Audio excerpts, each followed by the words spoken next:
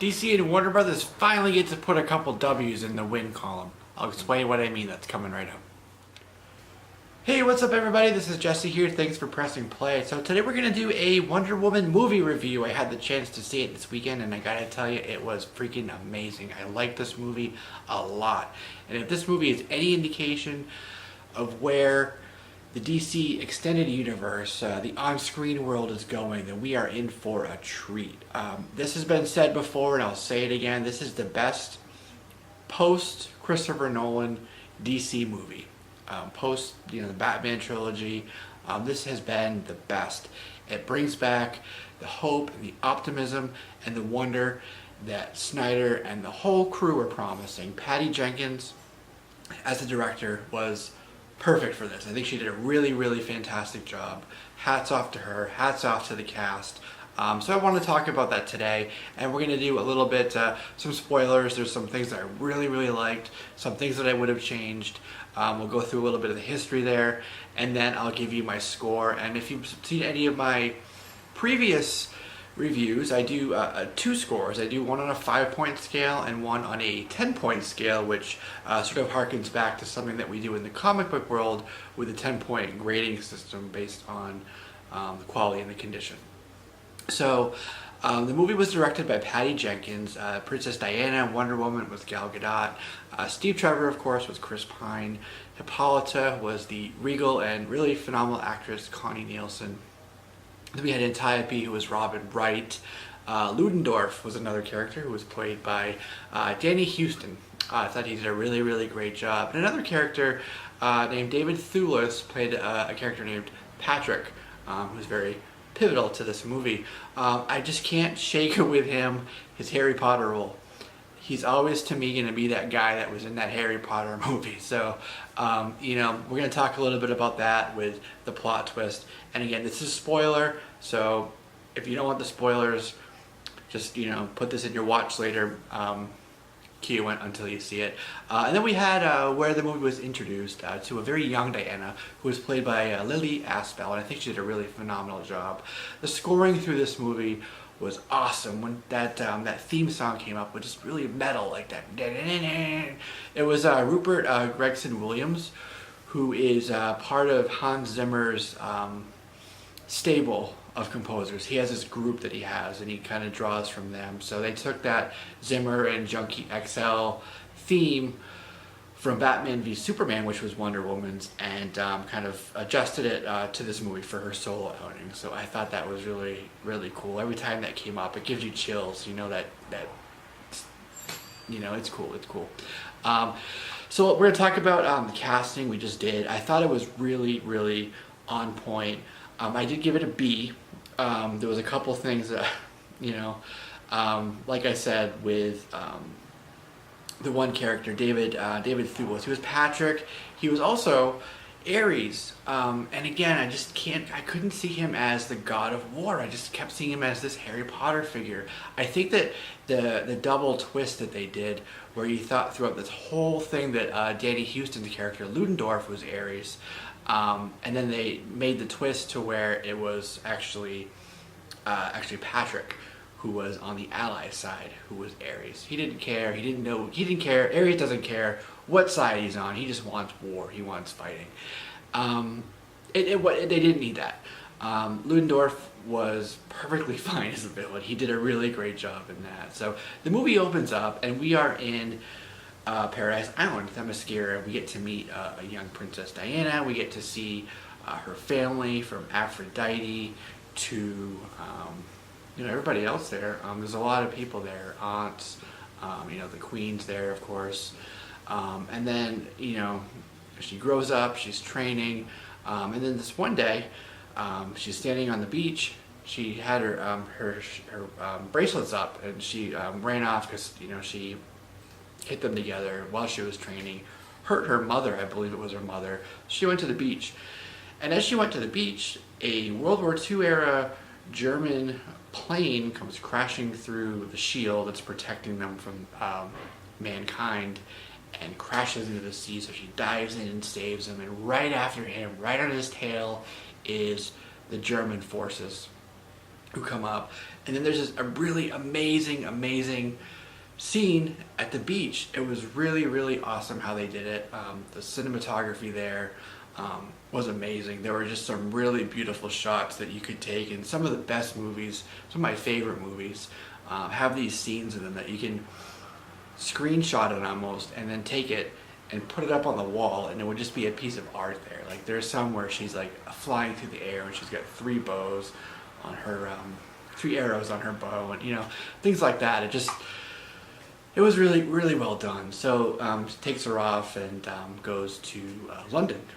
So Diana, she's grown up in this world. She's had this absolutely black and white sense of the world, of right and wrong, of good and evil. It's them, and then they're always preparing for Ares, the god of war. He might be coming.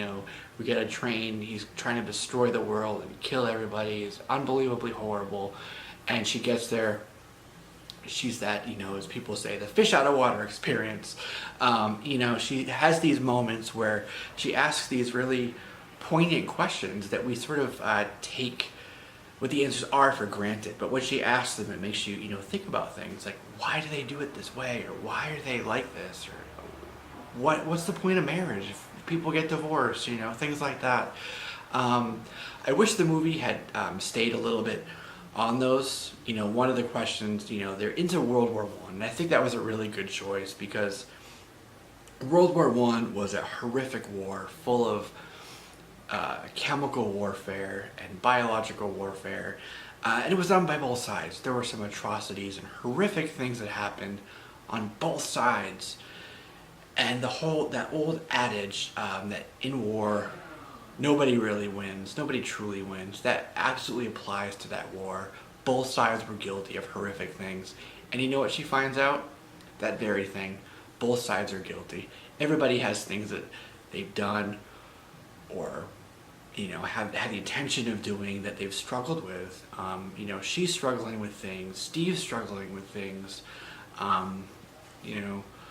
Ludendorff's struggling with things. Everybody in there has this great battle they're fighting together, but also these internal struggles that they're fighting. And one of hers is struggling with the idea that not everybody's good, but that's okay, because sometimes people are not good, but they're trying to do good. They're trying to do better, right? Steve is not perfect, but she loves him, things like that. So I thought that was really great. And there were a lot of questions in terms of the casting about Gal Gadot's ability to portray this character effectively. I think she had the physical prowess to do it. I think that she's skilled enough actress to be able to do this. And not only that, but her accent, it's an Israeli accent, but it's sort of exotic, and it fits. And I like the attention to detail that they placed on the movie, to where they even had to have all the other Amazonians speak with an Israeli accent. Even the young Lily did it really well with the Israeli accent. So it made it consistent. It made it seem like that's how it's supposed to be. It was believable. The suspension of disbelief there was right on point. So I thought that was great. And then we talk about the wardrobe, and that leads me into something with the plot as well that I wanted to get to. I really like how Wonder Woman looked. There was a lot of concern from some people. Neil Cavuto, for example, on Fox was saying, there wasn't enough red, white, and blue. It wasn't American enough. It wasn't, USA enough, But she just came from that mascara. She's thrust into this world, into this place where there's this huge battle occurring, and the battle's in Europe. The staging point for the Allies basically is England, is London. So that's where she goes. She doesn't know what America is yet. She doesn't know to pick that side yet. She's just still struggling with the idea that, of what these humans are, what mankind is outside of her world. So she hasn't had that opportunity to even pick a side yet, let alone pick America. So that will come. I'm absolutely confident that we will get her to that point, or the director or the writer will get her to that point where she will be very American, very patriotic for us. But wait till we get there. The way she looked, her armor was very classically Greek, Hellenic sort of style. There was a lot of leather. There was a lot of muted bronzy tones with armor. It was very tactical. It made sense for the time period that they were harkening back to, time period that they were coming from, and where their mythology comes from as well. For example, they had the bracelets of submission. They were created by Aphrodite, who was the love goddess, and she created them with a metal called Amazomium, which is in this world the strongest metal that there is, that exists really. We also saw the lasso of Hestia, what they call the lasso of truth. So for Hestia, she's the goddess of the hearth, and she created the lasso from the belt that Gaia wore. Gaia is the goddess of the earth, basically, right? Then we had the sword of Athena, the god killer sword. And I thought that was an interesting reveal as well. The whole way through the movie, we thought that the sword was the god killer. The sword was the thing that would be able to destroy Ares. But then we find out that no, it's her. She's the daughter of Zeus. She is the daughter, the daughter of the goddess of love, and she alone is the one that can defeat Ares, the god of war, right? The love and the war that rages between them, and she is the one. She is the god killer. I thought that was an awesome reveal. We had the armor as well, right? That was given to her by Hippolyta. So that was very very practical. I really like how they did it. So after she gets to London, right, there's this really funny scene where we have the secretary, the suffragette, in the middle of World War I, assisting Steve Trevor, helping with the wardrobe, and she's trying on dresses, and it was really funny. There were a lot of really naturally funny moments in this. She's very stoic, in poised, I guess you could say, and that plays very, very well off of Steve Trevor, who's a little bit more lucid and fun and relaxed, I guess you could say, not lucid. But it played really well. It was really funny, some of the things that they did there. And then, scoot ahead a little bit, we get to trench warfare. She's there. They picked out a wardrobe for her because she was in her armor. Obviously not the fashion, the style of the time, especially in turn of the century England. It was about big dresses. It was about covering yourself up. And she was just in this little, armored skirt, basically, in the middle of it. It was cold. So she had a big wool coat on, big black fur coat, and we didn't get to see her armor until she rises out of this trench, right? She's in this battlefield. They're fighting over this town. They haven't moved an inch in a year. The middle ground between the trench and the Germans' trench, that's no man's land. It has been a kill box for a year. Nobody's been able to advance. It is just death and destruction and nothing between them. But Diana, she says, no, I'm going to help out. So she gets up there. And one of the most amazing scenes that I've seen in recent memory in movies is when she takes on that German heavy machine gun fire, and she's got her shield up, and it's just pounding and barreling her, and she takes all the gunfire so that the troops can go forward and seize the trench and save the town. It was freaking awesome. It was really, really cool the way that was done. I was just like, I had one of those wow moments, like when you see these movies, that's what you want, that you cheer them on, you want them to be wow. And throughout the movie, one of the things I really like about Gal Gadot's portrayal is she does this little smirk. She's got this little smile. She's having fun when she does it, and it just plays right into it perfectly. The settings for this movie, phenomenal. That mascara is really hard to pull off and make it look cool. I thought they did great with that. They did great with the portrayal of London for the time period. I thought that was great. The trench warfare was extremely believable. One of my gripes with the movie, and it plays towards something at the end, with the CGI, I gave that a separate rating. This movie broke the mold. It broke the ceiling in many ways. However, at the end, the quote-unquote third act really relied a bit too heavily on that DC formula. It was very CG heavy. The battle between her and Ares was a little over the top, and it was that sort of DCEU house style, let's call it. That being said, I did like the way that Ares was able to make his mask, and he kind of made it with the armor from the destroyed German infantry vehicles.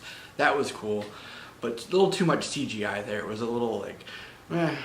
So up until then, you know, it would have been an A, but if they had kind of toned that down a little bit, but you know, they're kind of making it a little bit consistent with the movies in terms of that. So the other thing, the pacing for it, there was a couple moments where it was a little bit slow. This was a 2.5 hour movie. It didn't feel quite like 2.5 hours. However, there were a couple scenes that did feel a little bit slow, and I understand why they did do them, like, you know, dancing and everything, so that you would really get drawn into caring for them as individuals. I'm talking about Diana and Steve, but also caring about the relationship. So at the end, when Steve dies, you really kind of, you feel for it. When he says that he loves her, you feel for it, right? So it kind of made sense in terms of that. Plot, you know, it was an origin story. It was needed for her. I like that they did the World War I setting versus the traditional World War II. I did like the villain that they brought in. Hopefully next time we'll get Cheater or somebody like that. But I did like this and the idea of the good versus evil plopped into this extremely gray area of everybody's good but everybody's also evil. And her struggle with that, I thought that was great. And then of course we talked about the acting. I thought the acting was right on point. It was really great. Everybody really knocked it out of the park for this. The attention to detail on this movie was phenomenal. From the armor and the, you know, on her shield she had a quote. It was from Joseph Campbell. He wrote a book called Goddesses, Mystery of the Feminine Divine, and I can't remember the language, but it said life is killing life all the time, and so the goddess kills herself in the sacrifice of her own kind. That's what it said. They took the time to etch that in this quote from, you know. So, you know, we talked about the funny wardrobe scene, the trench fighting. This was a standalone movie. It really didn't feel like the time period made sense for it, but they did have a little bit with Wayne Enterprises, you know, with a truck, with a letter that she was writing, because, you know, when it opens up, it's her getting the picture that we saw in BVS, and that is her mise en scene, and she creates the world for us and tells us her story about how she got to be this curator of weaponry, basically, at the Louvre. So we see a couple things from them, and at the end there's an email that we saw the email that Bruce had sent.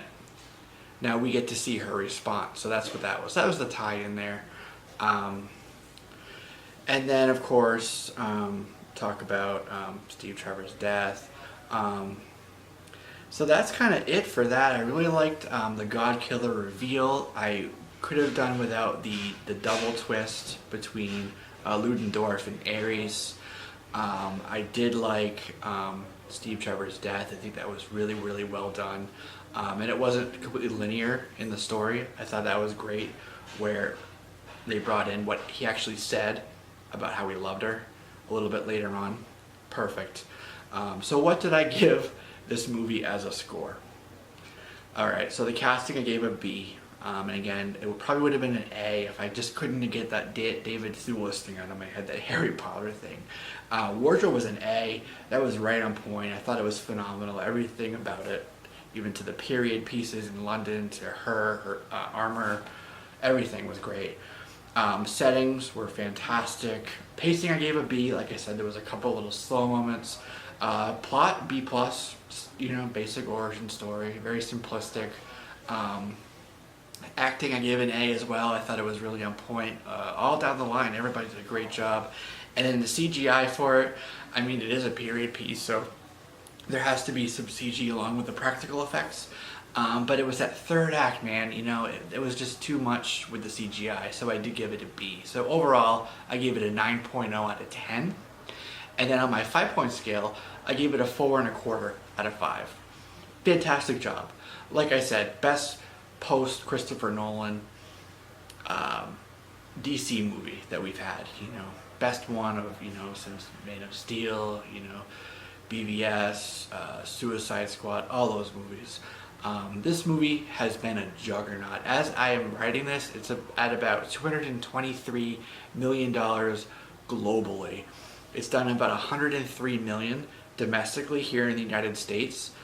So it came in above what the projection was, it started low, then it went to like 95, and then 98, 100, so it went above that. Batman v Superman and Suicide Squad did a little bit better than it, of course, but I always say that, with the ensemble movies, meaning the team movies, they do a little bit better. I think there's a bit more of a draw there, because it's like, holy shit, you want to see these people on the screen. So in terms of solo movies, this really knocked it out of the park. Internationally, it brought in about $122.5 million. It was 55 markets. One of them was China, actually. Fourth largest ever opening for a Warner Brothers movie in China. Brought in about 38 million for their IMAX. And 3D also played a huge factor into it. So it did, in terms of the global performance, it actually did better than Thor, the first one and the second one. The first and the second Iron Man did better than the first and the second Guardians. It did better than Doctor Strange, and it did better than Man of Steel. So this movie is well on its way to being a success. Let me tell you that. If you haven't seen this movie, you gotta see it. You really do. It was great. It was phenomenal. It brings back everything that you want from the movie. Not only, it gives women and females this role model that they haven't really had since, like, say Princess Leia. But not only that, there was a character named Eugene Blackfoot. He introduced himself as Nappy, I think it was, which is from Blackfoot Indian tribe. And that was something that I know a lot of Native Americans were really happy to see, that representation there, that portrayal there. Nappy's a trickster god, by the way, god of storytelling. Yeah, it was good. It was a representation all around for people. Not only is it a good female superhero movie, it's just a good superhero movie. Let's cut out the female. It's just a good superhero movie. Gotta go see it, guys. Alright, so I've been rambling on for 23 minutes now. Let me know your thoughts down below. I'd be curious to hear what you have to say. If you like this, please give it a thumbs up. If you've been sticking around this long, hopefully you like it. And if it is your first time stopping by, hope you'll hit that subscribe button and be part of the JLS Comics family. We do have a live show coming up on Tuesday, June 7th. We do it every Tuesday. So if you want to help us and be part of the continued conversation for this, join us then. But also leave me comments down below as well. Questions, feedback, anything like that. Be happy to hear it and read it and respond. Alright guys, this is Jesse here, JLS Comics, and I'll see you next time.